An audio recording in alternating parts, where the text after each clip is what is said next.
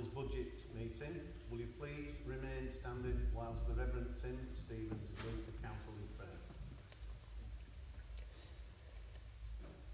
As we gather this morning, we give thanks for our meeting here, for our coming together to lead the affairs of our city, and we pray for clarity of thought, for wisdom and discernment, and for all the people who we serve in this city and district.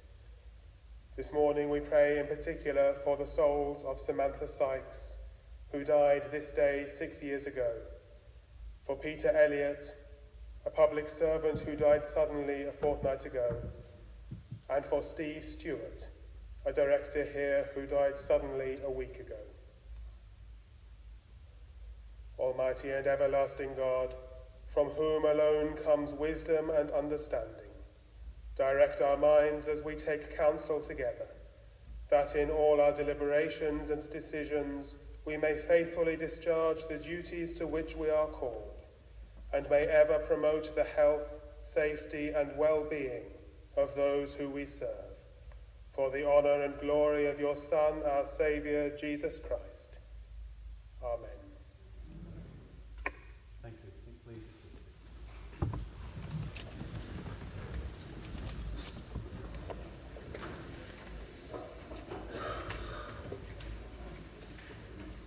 Item 2 on the agenda is to receive apologies for absence.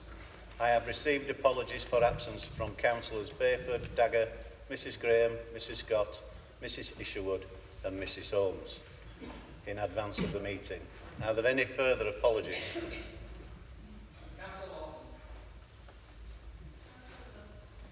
Councillor?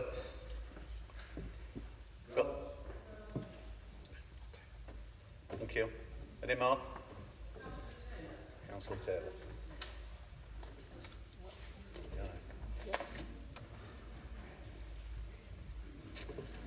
Item Agenda 3 is to receive disclosures by members of interest in matters under consideration. Can members declare an interest, please identify themselves and their particular interest clearly. And I would ask that you please complete the yellow interest form. Thank you. I would remind members that a dispensation was granted to all members of the Council to enable them to participate and vote on the Council budget and setting of the Council tax. Firstly, are there any disclosures, put my teeth in again, pecuniary interest to declare? In the interest of expediency, I will now confirm those members who have indicated they are town and parish councillors and as such consider they have a non-pecuniary interest in the budget. In no particular order, those declaring an interest in the matter are Councillor Mrs Binns, Councillor Blezard, Councillor Carrington, Councillor Garbett, Councillor P. Garbett, Councillor Epworth, Councillor Epsonstall, Councillor Graham Isherwood, Councillor Kitchen, Councillor Manifield, Councillor Masterman, Councillor Saunders, Councillor Taylor, Councillor Tennant, Councillor Tennant-King, Councillor Tully and Councillor Wassell.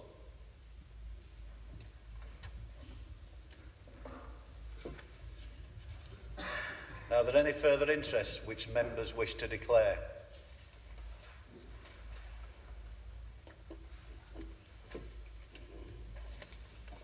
As there are no items to add to the agenda on the grounds of urgency, we shall now move on to agenda item 4, which is to deal with such announcements as I may decide to lay before Council. May I remind Council that in accordance with the relevant regulations, both votes taken at today's Budget Council meeting will be recorded. Finally, colleagues, a copy of the running order and procedure for today's meeting is available in the chamber. As a point of explanation, in the event anyone did not receive this, the order will be: the Leader of the Council has, if he requires, up to 1 hour to speak on the budget proposals. The Deputy Leader will then have up to 15 minutes to second the budget proposals. We will then take any questions for clarification purposes on the Cabinet budget proposals. The opposition group leader will then be able to respond to the budget proposals, and he also has, if he requires it, an hour to speak on the proposals. The opposition group deputy leader will then be given up to 15 minutes to also speak. I will then open the meeting up to council to comment on the proposals. Any members wishing to contribute to the debate will be given 5 minutes. Before taking the budget proposals to the vote, the leader shall be allowed to respond, and the city solicitor will then undertake a recorded vote on the revenue budget and the council tax 2018-19. There will then be a second vote on the capital investment strategy and the Treasury Management Report. Members are asked to note that the agenda included an amendment to the revenue budget and council tax report, which was made after Cabinet considered the original report on the 13th of February. Members are asked to note that this amendment is now part of the council resolution and revenue budget and council tax. Having made clear the order of speeches, we shall now proceed with the agenda. Agenda items 7 and 8 of the original printed summons are to consider the council's revenue budget and council tax proposals for the 2018-2019 and the capital investment strategy for 2018-19 to 2020-21 and Treasury Management 2018 to 2019. Cabinet considered the proposals contained in the report on the 13th of February and agreed the recommendations should be submitted to Council for approval. I will now call upon the leader to move the reports. Thank you, Mr. Mayor. Mr. Mayor, colleagues, the last 8 years have seen a sustained attack on local government by the Conservatives. During that time, we've seen our budget reduced by 53%, which in real terms amounts to some £128 million. This is not an attack simply on local government. It's an attack on local democracy, and it's an attack on our residents and the local services which help improve their quality of life. What's the Conservative answer to the national crisis in adult social care, for example? It's to avoid all responsibility and make local people pay for it instead. They're so incompetent that even when they get a financial warning, as in the case of Carillion, they simply ignore it and plough on regardless. So incompetent that they privatise East Coast Main Line when it's making a huge profit for the taxpayer, and then let the private sector get out of their contract early, costing the taxpayer billions. Incompetent from top to bottom, only interested in fighting amongst themselves, rather than fighting for hard-working people. To be fair, colleagues, there are many Conservative leaders who share my concerns and who privately despair of what their own government is doing to the fabric of our society. Sadly, that's not been the case in Wakefield, where successive Conservative leaders have been cheerleaders for austerity, despite all the evidence that it's a failed economic model. Mr. Mayor, despite all that, I'm able to present a budget today that will keep service reductions to an absolute minimum, that avoids compulsory redundancies, that provides the delivery of some first-class local services, and which keeps our council tax increase below the rate of inflation. Colleagues, let me spell out the controlling group's proposals and our priorities for the next 12 months. Before doing so, I'll briefly comment on our financial management over the past year. Our forecast expenditure a year ago was £221 million.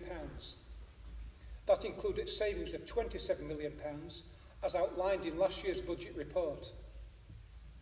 Since then, there has been huge pressure on our adult social care and children's services budgets.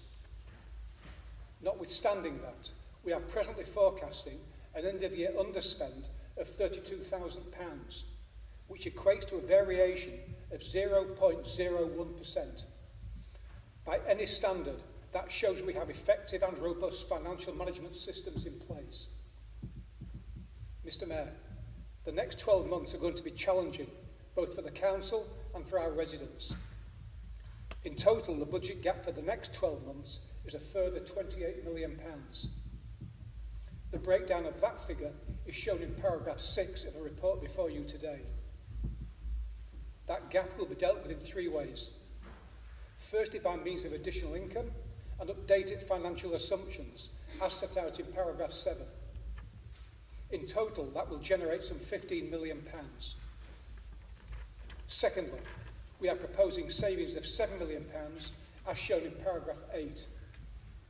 However, I want to make it clear that the proposal regarding burial and cremation fees will not be implemented without full consultation, ensuring that any policy change does not discriminate against any faith. In addition, I have also received representations on behalf of those families who have lost a child in the past, and I want us to look into what we might be able to do for similar families in the future. In proposing those savings in paragraph 8, we have tried to make sure that the impact on our residents is kept to a minimum, and we've taken into account the feedback we've had from them. They told us that their number 1 priority is tackling antisocial behaviour, followed by adult social care and children's services. And a large majority of people told us that they would support a council tax increase in order to avoid even more cuts to their services. And finally, we'll raise the remaining £6 million by an increase in council tax. Colleagues, I'm therefore proposing that we increase council tax by 2.9%, less than the rate of inflation. In addition, over the next 2 years, the government has said that we should raise a 3% levy for adult social care. I'm proposing that this year we raise a 2% levy, with the additional 1% being raised in the financial year 2019-20.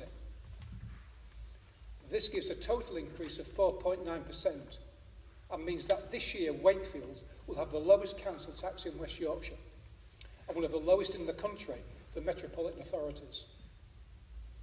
That increase is the same or less than many Conservative-led councils, including our near neighbours in North Yorkshire, where the increase will also be 4.9%.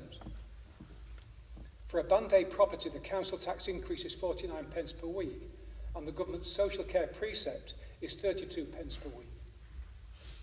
Let's be clear, 40% of this year's total increase is because the Conservatives have placed the cost of adult social care on the shoulders of local taxpayers rather than through central taxation. Our level of reserves is prudent, with some 80% of it being earmarked for specific purposes. I believe that we should maintain the present level of reserves until we have a much clearer picture of the changes to local government finance in 2020. Yesterday's National Audit Office report shows the wisdom of adopting such an approach. Colleagues, I mentioned earlier that our financial management during the past 12 months has been excellent. That's due to Merrin and her corporate management team, and I'd like to acknowledge and thank them for what they've managed to achieve in such a tough financial climate. But last year has been about more than good financial management. It's been about elected members working hard for their communities and for their residents. And it's been about our staff once again delivering some first-class services. We've restructured the service for vulnerable adults, and our reablement team has received national recognition and been shortlisted for an LGC award. Our Connecting Care Hubs went live last December, with teams from health and social care, housing and the voluntary sector now being co-located at Bullenshaw Hemsworth and Waterton Lopsett. Our innovative Preventing Rough Sleeping model has successfully helped Wakefield buck the national trend around the increase in rough sleeping. We've supported victims of domestic abuse and worked with the third sector to provide effective support services. We've also supported a large number of voluntary community groups through the Neighbourhood Improvement Fund, along with other small grants. And we continue to support the Wakefield Food Aid Network, supporting those in desperate need of short-term help and those experiencing poverty. We've introduced the fly tipping penalty notice, an instant fine, rather than use expensive court proceedings. And we've recently introduced vehicle seizure legislation so that we can seize and crush vehicles involved in fly tipping. We've produced a local development framework which has brought massive investment to the district, and the newly opened Link Road and associated City Fields development will help create even more new jobs and deliver additional housing. Last year alone, our economic growth team secured £148 million of private sector investment, which created just over an additional 1,000 jobs. Our Fuel Poverty Fund and our Mortgage Rescue Initiative are both helping to tackle poverty and making a real and tangible difference to people's lives.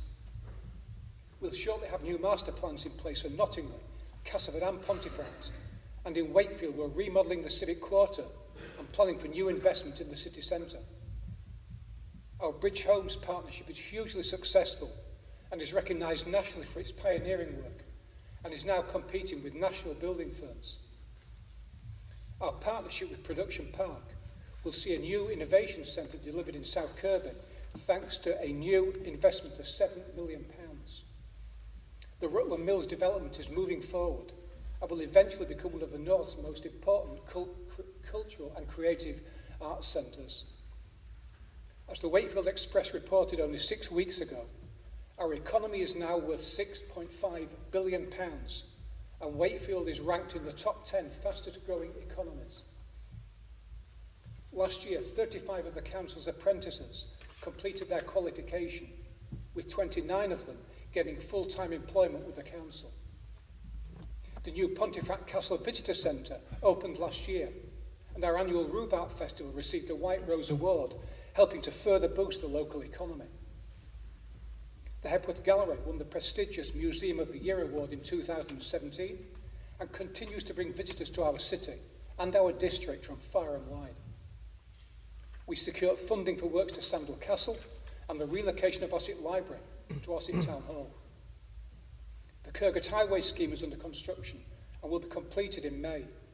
That's an investment of £5.5 million and will help ease congestion in and around the city centre. Car park improvements at Normanton, Fitzwilliam and South Emsall railway stations have been completed or are underway. Yet another £3 million investment, making a practical difference to residents in those towns. And despite the very real pressure on children's services, we've had some success. The Erase project is a police and local authority pilot, working with children who repeatedly go missing from home or care.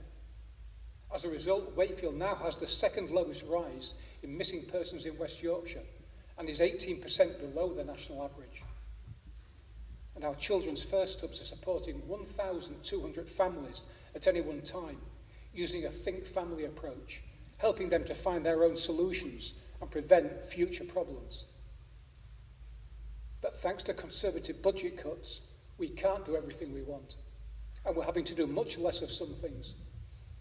We understand the frustrations of residents when we have to make tough decisions, and we'll continue to consult and engage them as widely as possible. But when you look at the breadth of our services and the innovations we continue to make, as well as the investment we continue to attract, I believe that we can be proud of what we deliver. We're helping to make our district a great place to invest and a great place to live, work and play. Next year, we'll introduce several more new initiatives.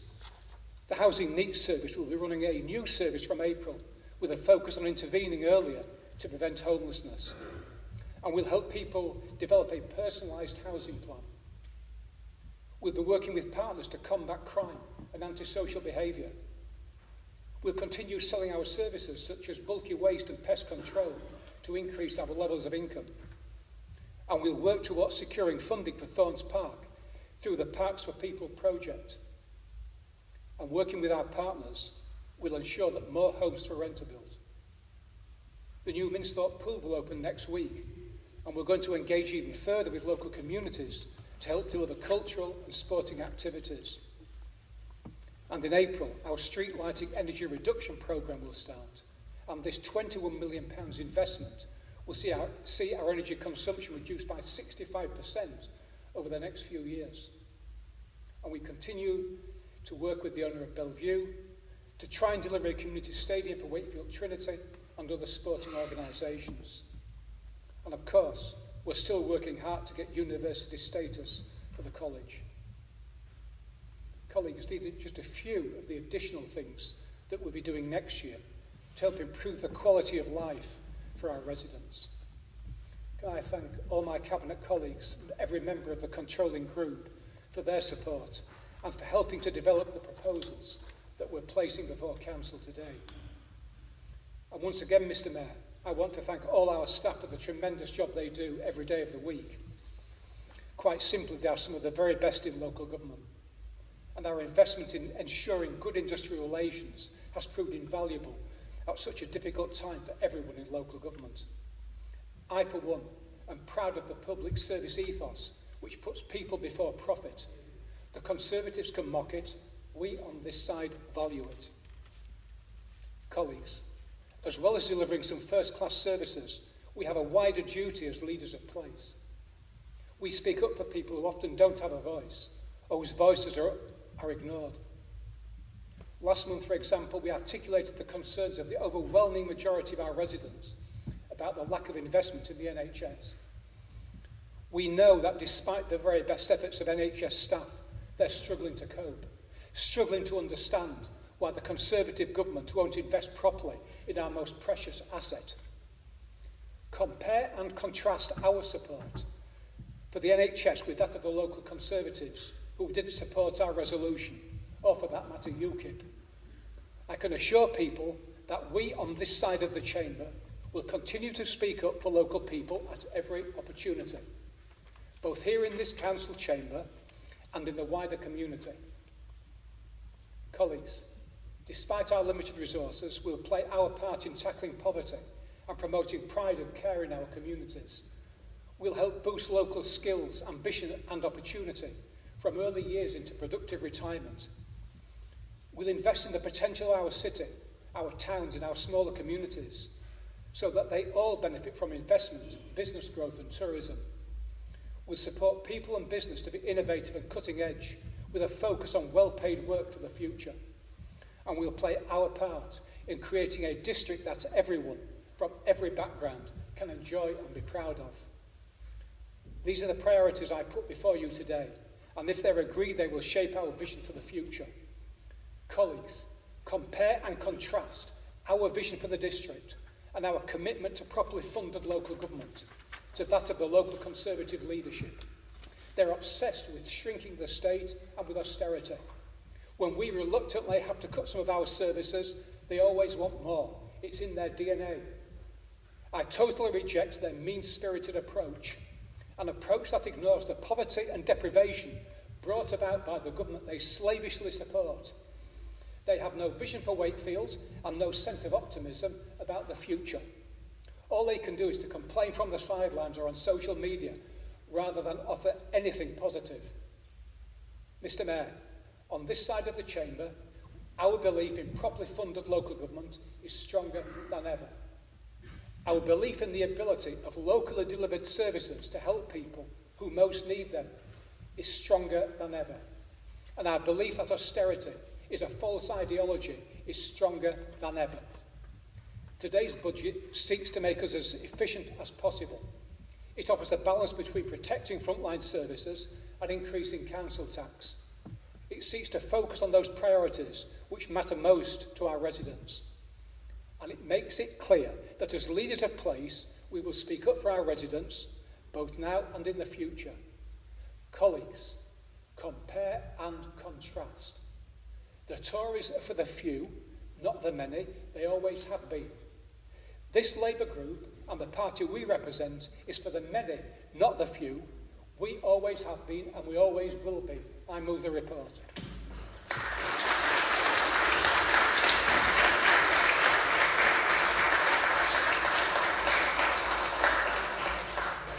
Is this seconded?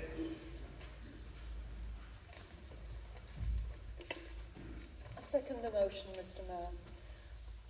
We should never forget the human cost of austerity on people across Wakefield District. We as councillors all see this every day in our wards.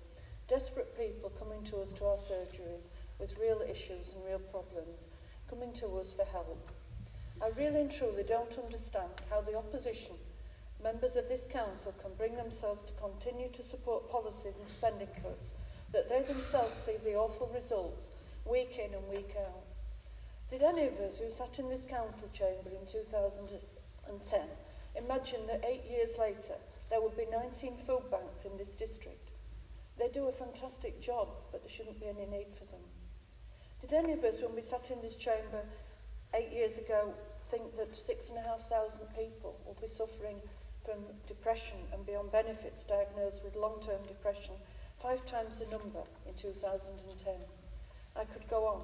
But at the same time, this government has slashed the funding that the council has to help. I'm proud, and everyone in this council chamber should be proud, of how the council has responded in massively challenging times, even as budgets have had to be eroded. As portfolio holder for Regeneration, I'm particularly proud of how we've worked to create jobs and bring business to Wakefield and help firms grow and thrive. We'll continue to do this and spend every penny we have on creating, growing and keeping decent businesses and decent jobs for local people. What Wakefield Council has achieved despite 8 years of horrible government cuts is a huge tribute to members, staff and partners and their hard work, and we will go on working hard and go on achieving. This budget is not about what we're not going to do, it's about what we're doing, and we're going to deliver for every ward in this district. I second the motion. Before we move on, does any member of council have a question for clarification on the budget proposal?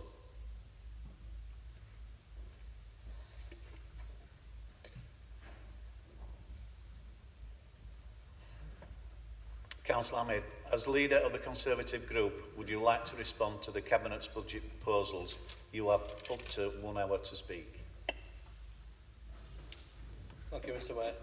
On the 3rd of February 2017, Council Box commented on the proposed 15.4 million that had to be saved in the 2017-18 budget. And this is the quotation: we are without doubt the most efficient, innovative and enterprising we have ever been. And between now and 2020, Council undergo a comprehensive reorganisation which sees a review of every pound spent. His expenses and allowances for 1st of April 2016 to 31st April 2017, 55,117. That doesn't include any additional items that he might have claimed for over and above, in addition to the other roles that he holds.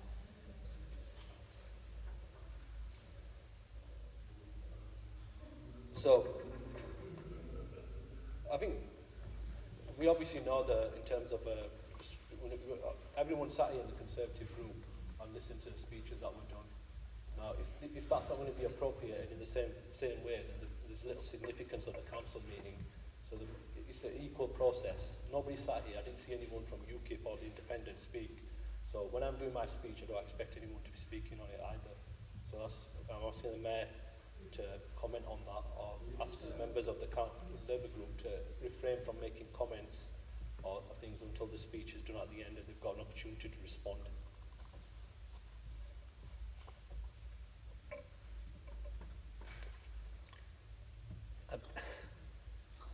I hear what you're saying, and I can't help but feel that some people will obviously feel a little bit upset about what you were saying then about Councillor Box's expenses. So it's going to create a little bit of a feeling across the chamber.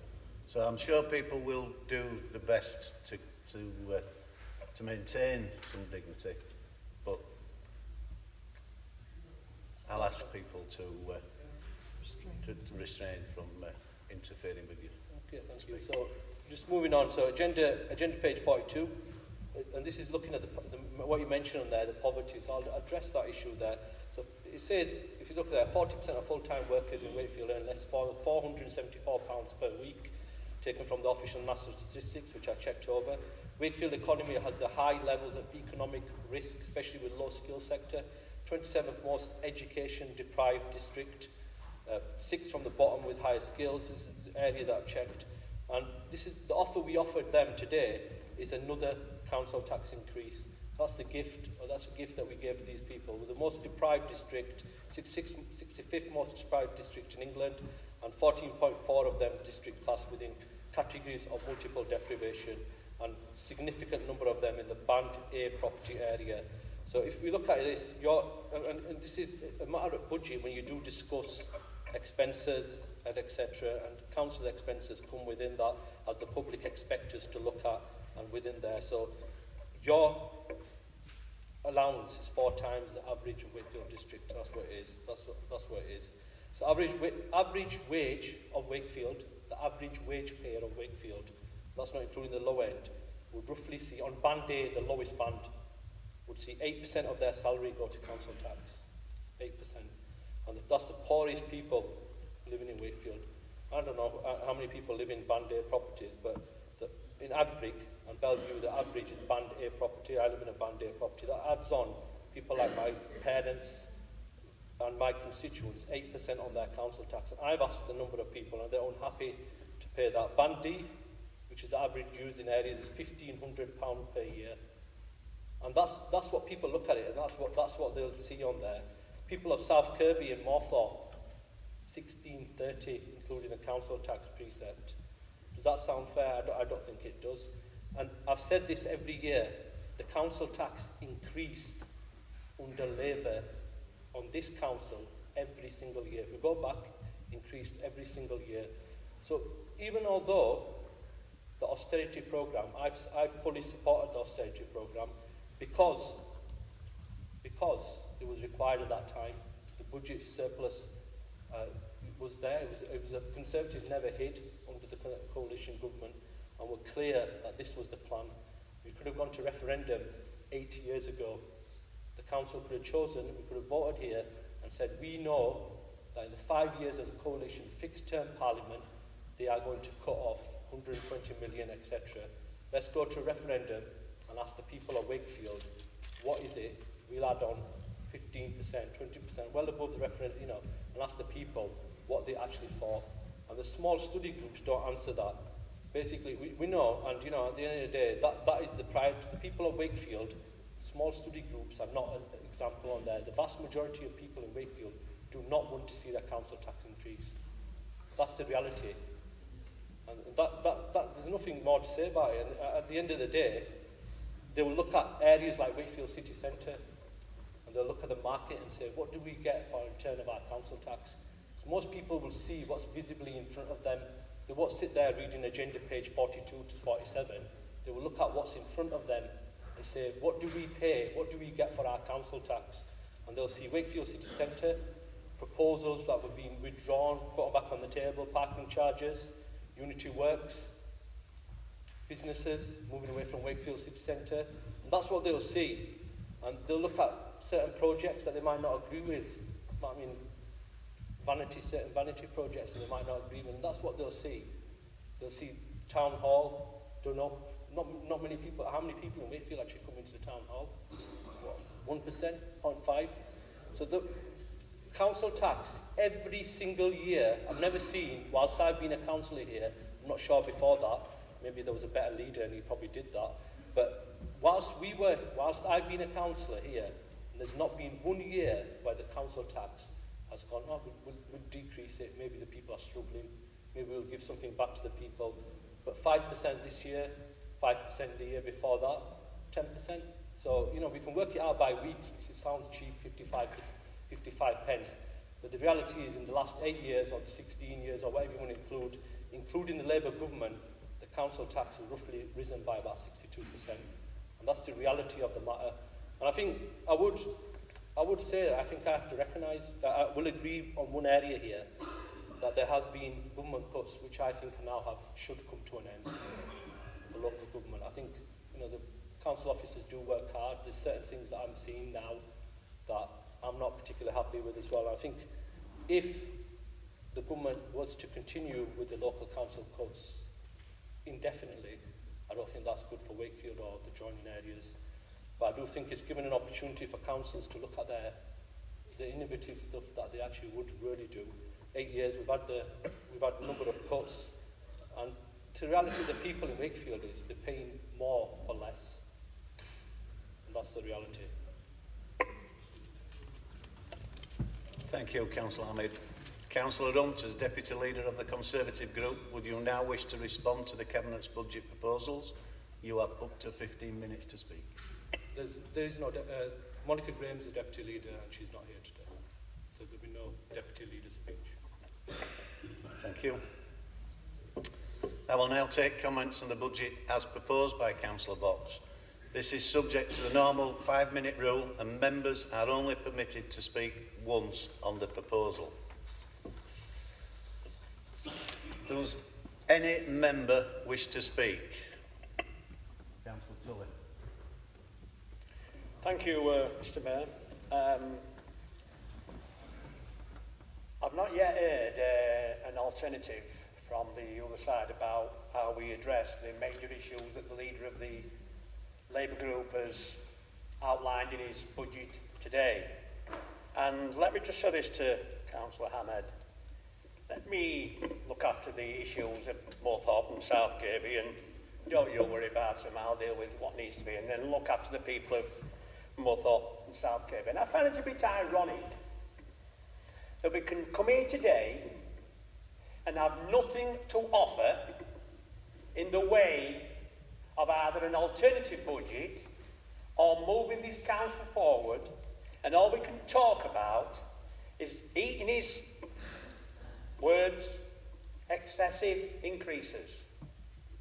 If it wasn't for the national government's shirking their responsibility on social care, piling that onto local authorities, we would be increasing probably our council tax today by probably 2%.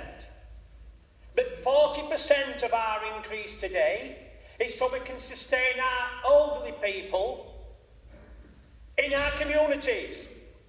That lot over there have spent last 7 or 8 years decimated.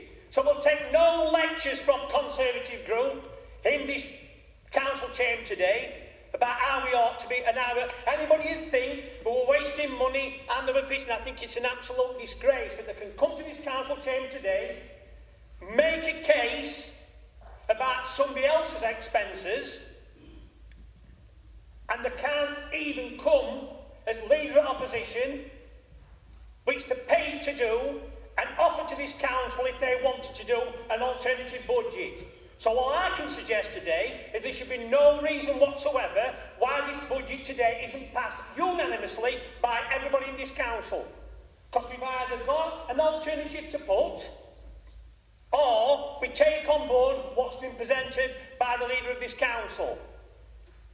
But to come here and to start to denigrate people on this side of the chamber who are working week after week after week to make things fall into place, and basically trying to plant fog while your lot over there sit there and pretend, you know, there's nothing going on. I think it's an absolute disgrace, and I find it absolutely abhorrent that the only alternative you can offer in this council chamber is to have a go at somebody's expenses.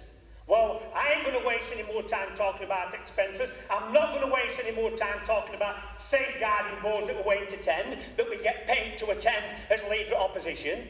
And I would fully expect this council today, to what I've actually heard, to support the budget unanimously, and I move it.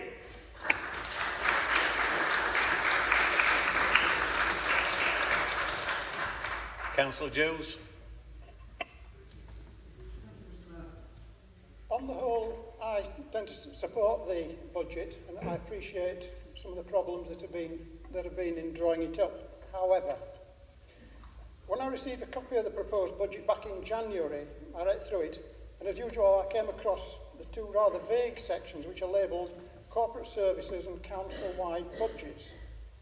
Now, I recall that within these lies the property and facilities department, which 2 years ago was, shall we say, outsourced to ENGIE. The estimated savings were 10 million over 10 years after a set of costs of 1.8 million. I also noted from the recent cabinet papers that there is continuing risk attached to the contract. So I asked Mr Warren a few basic questions. I asked what the budget was for the Property and Facilities Department for the previous years, what it was for this year, and what is the actual expenditure likely to be. Just the headline numbers, so I could see how the savings are progressing. And after some prompting, I received a very unexpected reply. The Finance Department couldn't tell me. This, it seems, they don't know. I was, however, that it's part of NG's remit to find out what the department is doing. And I was promised the numbers in a couple of days, but it's over 2 weeks ago now, and it's obviously taken a long time to find them. Now, my point is, if it's unknown what the previous expenditure was by the department, how on earth could the savings be predicted on which the outsourcing of the department was based? And if those savings are so vague, when there's supposedly a business case behind them, what reliance can be put on the new savings that are proposed? Now, I appreciate the difficulties caused by the government cuts, and I accept the need for the increase of the council tax. And in fact, I welcome the fact that the increase is less than the permitted maximum. However, it feels that this budget is that we're being asked to take it on trust, pray things that work out well in the end, and hope for the best. Now, I didn't have the information to submit an alternative to the budget, and therefore I'm not in a position to vote against it. However, as I've already said, I don't have the confidence to enable me to actively support it. And I expect the Finance Department actually have better control of things than they've demonstrated to me over the past month and a half. But I'm afraid that they haven't filled me with confidence on this occasion. Thank you. Councillor Collins. Thank you, Mr Mayor.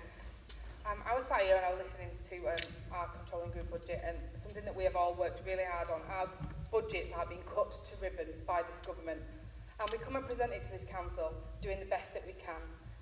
Nobody came on this council, nobody as a councillor wants to support council tax increases, nobody wants that. We are having our hands forced, and if you look at the consultation, people on a whole have said if they were to get those services, they would support them. And then we come to the opposition group leaders sort of response to the budget, and all he does, and I think it's an absolute disrespect, Councillor Ahmed, that you come to this chamber and make cheap political points when, without putting forward a real alternative yourself. You mention all these figures and where they're coming from. Well, then where is your alternative to these figures? You mention allowances, yet as Councillor Tully did say, you are the leader of the opposition receiving allowances, and you refuse to go to one of the most important meetings that this council has. And I think it's an absolute disrespect to the entire district and to our communities that you can sit there without putting forward a real alternative yourself. Councillor Shaw.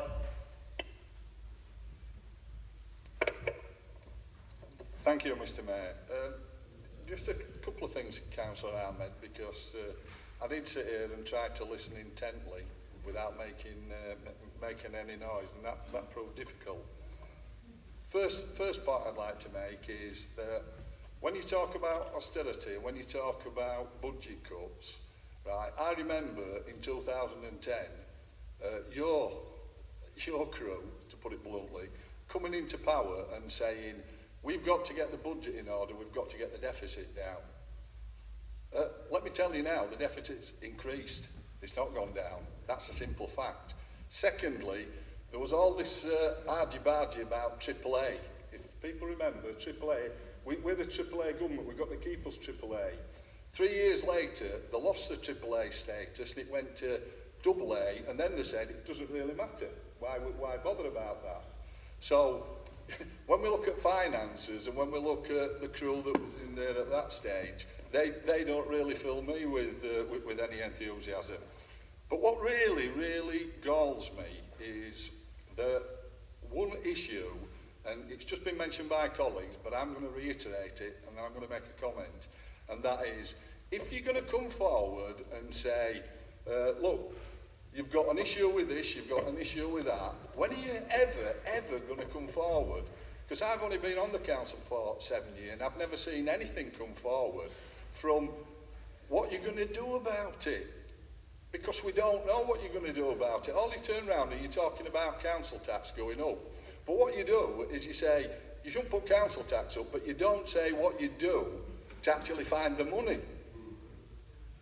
And lastly, I think the reason is, maybe you haven't read it all, maybe somebody's given you the information, maybe you haven't looked at what the leaders said, maybe you haven't listened, maybe you sat there, but maybe you didn't listen to a lot of the things that we've been doing, not just this year, and not just the next 2 years, and maybe that's because you don't spend enough time coming to the council and coming to council meetings and other meetings outside, and maybe if you spent more time here, maybe you'd understand more.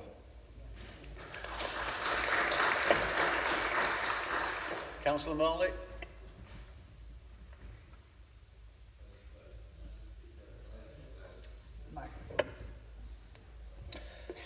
Thank you, Mr. Mayor. Well, we've heard it all now from the opposition, or maybe we haven't heard it all.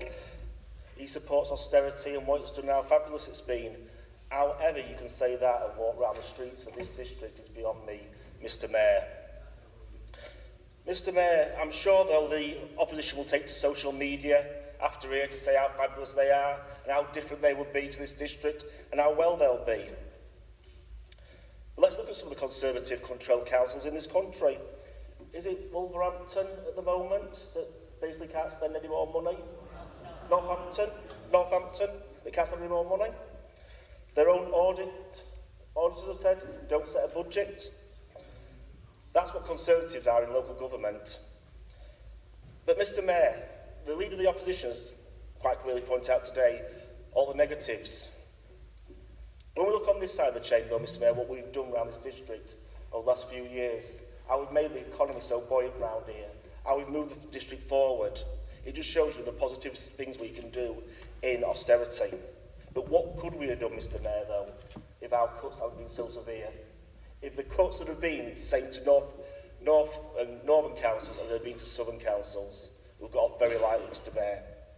Mr. Mayor, what we have is an opposition that looks for the short-term negativity, whereas on this side of the chamber, we have the long-term positivity of this district, and I support this budget, Mr. Mayor. Thank you.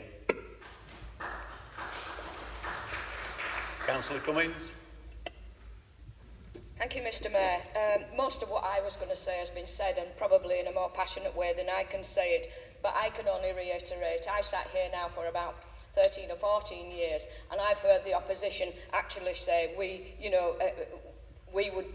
can do this and we can do that, and they moan about the council tax increase. But what they don't say is it's their government, actually, that is insisting we put the 3% on council tax, but they're not attacking their government. I'm absolutely fed up of hearing the Tories moan about what we're doing. Peter actually, or the leader, actually celebrated what we are doing in terms of times of austerity, and I fully support what this council is doing now and has done previously for the people of this district. Councillor Johnson. Thank you, Mr. Mayor. Yeah, a lot's been said. What I have written down, but basically, what I'll remind Councillor Ahmed. Let's not forget, we've had austerity, but the richest 1% of this country have had massive tax cuts. Biggest companies have had massive corporation tax cuts, yet local people around this country, in this city, are facing cuts to services because of that. And let's not forget, your government, we pay tax, people pay national insurance, and now they're having to pay 2% social care tax. So, you know, it's your government that's taxing the residents of this city, not this council. And again, I support the budget from our leader. Thank you, Mr. Mayor. Councillor Swift. Yes, Chair, Kevin Swift, West Ward. Councillor Ahmed concentrated on two things. One, he said council tax going up. The other, he said services going down. And it is, as speakers have said, an absolutely, not just a direct consequence, but an actual direct intention of his own government. The government is removing completely the revenue support grant, so that in about 2 to 3 years' time it gives out totally. So it's a straightforward government decision that council tax has to carry, along with some business tax, has to carry the full burden. Now, in those circumstances, how can it be any other than the government's intention, both that the council tax rises and given the absolutely enormous scale of the revenue support grant that's gone, that the actual services will go down? We can do and do everything we can to make the money go as far as possible. And we do well at that. But the end consequence is, to use Councillor Ahmed's own words, council tax will be up, and with the absolute best of intentions, services will be down. And it's a direct government policy, not an unintended side effect. There's absolutely no way that you can remove those enormous amounts of money from the revenue support grant and not have that consequence. And the council tax is one of the least suitable taxes for it. The council tax is the unreformed son of poll tax. And the council tax, it's regressive, it does bear more heavily on lower paid people. So why is it the policy of the government that council tax, at a time when the main services we deliver are increasing in demand, how is it that it's the actual policy of the Conservative government that it's the council tax that actually carries it? So I find myself rather oddly agreeing with quite a lot of what Councillor Ahmed says, his constant references to council tax and services, but just finding that the missing element of it is, I'm terribly sorry, that's we as a Conservative Party, that's what we are actually proposing for you. Thank you, Chair.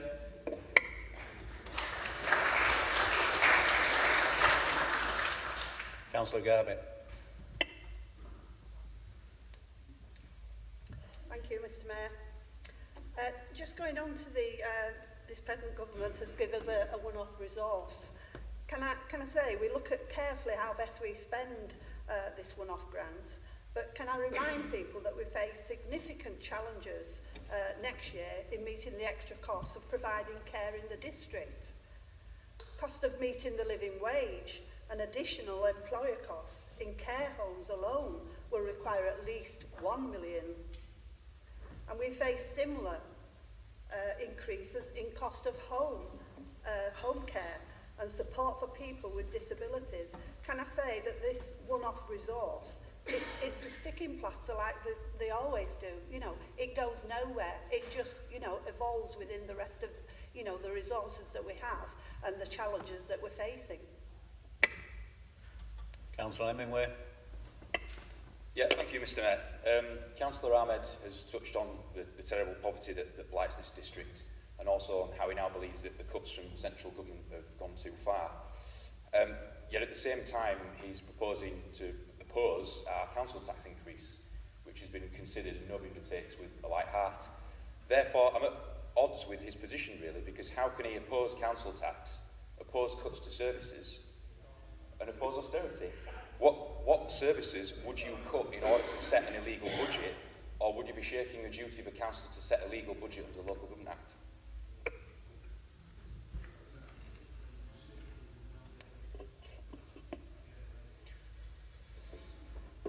Thank you, colleagues. And that concludes the debate on the proposed budget. Councillor Botts, as mover of the Cabinet recommendations, you have the right of reply to the debate. Thank you, Mr Mayor. Our Chief Executive's here today. I'll ensure that she arranges for the answer to be given to your councillor dues. Certainly the figures that you quote, I'm aware of some of them, but I'll make sure that you get those. And obviously it's a matter of regret that we couldn't give you them in time. That was not deliberate. Can I say, though, that I listened to your comments carefully about you think we're doing the right thing in putting council tax up, but you can't support our budget, which seems strange. It's a bit like the last meeting you said you supported the NHS but wouldn't support our budget. So it seems at the moment that what is left of UKIP can't decide what to do on anything. But hopefully at the end of the day you will support what I think is a budget that does the best we can under the circumstances for local people. Just to say, Councillor Ahmed did actually attend the last safeguarding board meeting, just to put the record. just to put the record straight, Mr. Mayor, I don't want anybody saying that we said something that wasn't correct. As to what is said about me, it goes with the territory. I'm relaxed about it. It doesn't bother me in the slightest. I never have any input at all into the expenses that I get. That's for others to decide what my allowance should be. So, you know, the other thing I would say is that I find it strange that at a time when we're trying to set the budget today and trying to fix the council tax and trying to deal with austerity and with the deprivation that we're seeing and the poverty we're seeing across our district, that should be the first thing that's said, but each to their own, as they say. And it's interesting about austerity. I mean, I've been in politics a long time, and for me the worst thing was last week when George Osborne was gloating that austerity had worked. What George Osborne actually managed to do is to pin the blame for the economic crisis on Labour. That's what he managed to do, if we're honest about it. Let me just quote what his own Permanent Secretary said. It was Sir Nicholas Macpherson, he's now Lord Nicholas Macpherson. He admitted in 2015 that the financial crisis was a banking crisis, pure and simple. That's what he said. And he admitted it was not due to Labour overspending. That is the Permanent Secretary admitting at the end that that was the case. I mean, I think Steve Tully made the correct point to you, Councillor Ahmed. You are Leader of the Opposition. You do have access to officers over the budget. And you are able to present an alternative budget. The question I pose, obviously rhetorically, because I have the last word, is why have we not seen, yet again, an alternative budget? Why? If you've got some ideas, you know, we don't have a monopoly of wisdom. If there are some ideas you've got, put them forward in an alternative budget. Tell us where you'd make savings. And it's all very well now, because the National Audit Office came out yesterday and criticised your government to say, well, at long last, I don't think there should be any more cuts. Local government has been crippled to the point where many councils in a few years will not be able to carry on. Actually, it's not just Northamptonshire, is the truth. There'll be councils from every political persuasion facing the same tough choice, because Northamptonshire has effectively declared itself bankrupt. I'm just going to remind you of what I said in the budget speech. I said I reject your mean-spirited approach, and you've shown us that you do have a very mean-spirited approach. And I've also said in the speech an approach that ignores the poverty and deprivation brought about by the government that slavishly support. Look at what's happening in this district. We've got increasing levels of poverty in the year 2018. We've got increasing levels of deprivation. We've got people who go to bed in an evening worrying themselves to death. That's what we've got. And it's not because of this Labour Council. It's because of the government that you support. And I also said that the Conservatives have no vision for Wakefield and no sense of optimism about its future. If ever an opposition politician proved me right, he's proved me right. No sense of the future. Now, I'll tell you something. The reason I joined the Labour Party is that my granddad started work at 12 as a miner. And they had kids at 12 working in those days because they needed small people to be able to pull the things along the track. And it was, you know, and that's what they did. They had kids. So my granddad started work at 12. I didn't know my other granddad. He was a miner. In fact, I can go back 308 years and everybody apart from my dad was a miner. Seriously, everyone was a miner apart from my dad. And my granddad, who I did know, he started work at 12. And I used to say to him, what it was like. And I was about 6, 7, 8. And he used to tell me what it was like working in the pit, what a tough life it was. And I remember saying to him, I'm going to change the world. I'll change it. And you realise you can. That's why I joined the party, you know, to change the world for the better. You know, what really gets to me about this lot, they're so pessimistic. There's just no sense of wanting to change the world for the better like we have. That's why we joined, actually. That's what our socialism is rooted in. We want to change the world for the better. You know, from our working class background, from our mining background in this district in particular, that's what we want to do. It's actually to change the world. When you get to my age and you realise maybe you don't have time to do it. But I know that we've got younger people in the room who'll carry on, and they'll want to change it, and in the end we will. So, despite my sometimes pessimistic demeanour, I'm an optimist that eventually we shall. And I'd hate to be a Conservative with that mean-spirited negative approach to life and to people and to providing public services. You know, I'd hate to be like that. You know, and if you think, I'll tell you, if you think that by the approach you've got, that the electorate will warm to it, let me give you a little bit of advice. They won't. People want a sense of optimism from the politicians. We on this side are giving it today, and we'll continue to give it as long as we are in control of this council.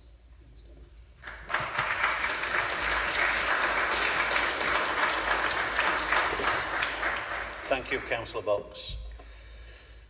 Although the debate has covered both the revenue budget and council tax reports and the investment strategy and treasury management reports, we are required to take a recorded vote on both these issues. That's 2 recorded votes. So we will now take the vote on the first matter, which is the Cabinet Revenue Budget.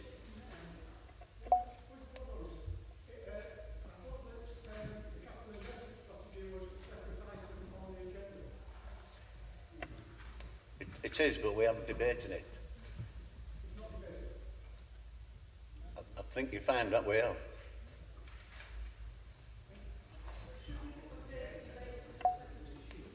Mr. Mayor, my understanding was that when you asked me to speak, I was moving on. I was speaking to both of those reports. Yeah. Exactly right.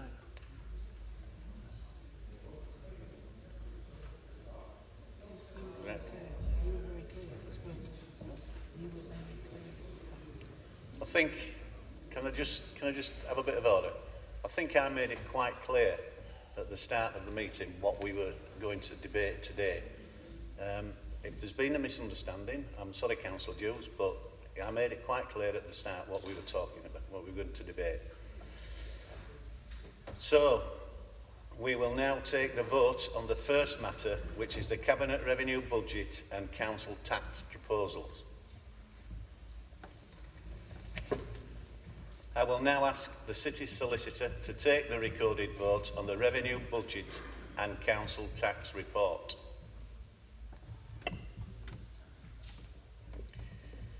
Councillor Ahmed. Councillor Austin. Councillor Eyre. Councillor Barker. Councillor Benson. Councillor Mrs Binns. Councillor Mrs Blazard. Councillor Box. Councillor Burton. Councillor Carrington. Councillor Mrs Collins. Councillor Mrs Crew. Councillor Mrs Cummings. Councillor Hughes. Councillor Ellis. Councillor Farmer. Councillor Forster. Councillor Alan Garbett. Councillor Mrs Pat Garbett. Councillor Graham. Councillor Hemingway. Councillor Mrs Faith Heptonstall. Councillor Heptonstall. Councillor Hepworth. Councillor Holwell. Councillor Hunt. Councillor Isherwood. Councillor Mrs Jeffrey. Councillor Johnson. Councillor Jones. Councillor Keith. Councillor Mrs Kitching. Councillor Lloyd. Councillor Mrs Lund. Councillor Mrs Malkin. Councillor Mannerfield. Councillor Mrs Masterman. Councillor Mrs Mitchell. Councillor Morley. Councillor Miss Pickin. Councillor Mrs Rowley. Councillor Sanders. Councillor Shaw. Councillor Miss Spate. Councillor Stokes. Councillor Swift. Councillor Taylor. Councillor Tennant.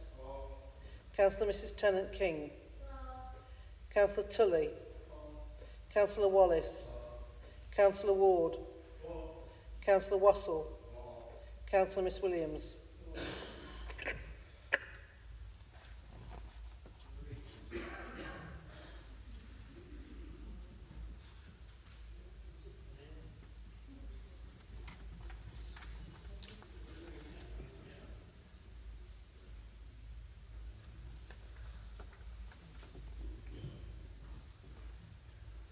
That is carried. The vote was 44 in favour, 5 against, 3 abstained and 9 are absent from the chamber. So that's carried. Thank you. Secondly, we will now take the vote on the Capital Investment Strategy and Treasury Management Report at agenda item 8 of the original Council summons.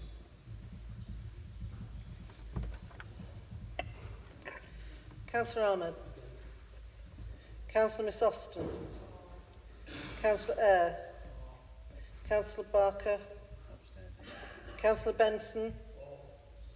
Councillor Mrs Binns. Councillor Blezard. Councillor Box. Councillor Burton. Councillor Carrington. Councillor Collins. Councillor Mrs Crew. Councillor Mrs Cumming. Councillor Dews. Councillor Ellis. Councillor Farmer. Councillor Forster. Councillor Garbett. Councillor Mrs Garbett. Councillor Graham. Councillor Hemingway. Councillor Mrs Faith Heptonstall. Councillor Stuart Heptonstall. Councillor Hepworth. Councillor Mrs Holwell. Councillor Hunt. Councillor Isherwood. Councillor Mrs Jeffrey. Councillor Johnson. Councillor Jones. Councillor Keith.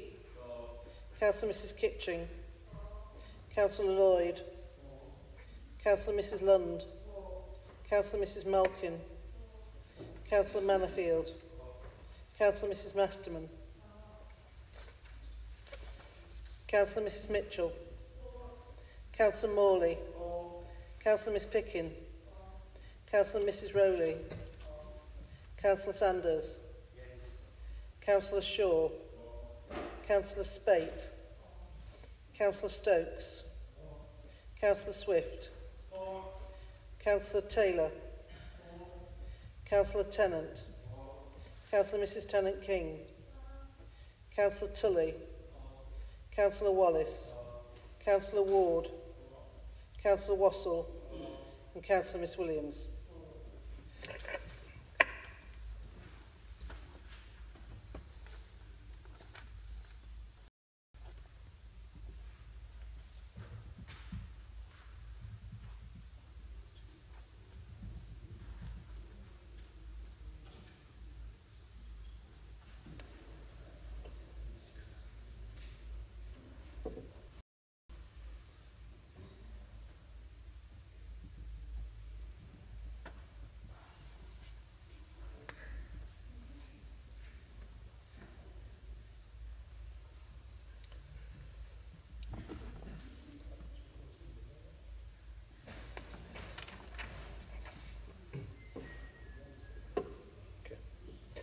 That is carried. The vote was 36 in favour of the proposals, 7 against, 2 abstained and 9 not in the chamber. Thank you for your attendance and I now declare the budget meeting closed.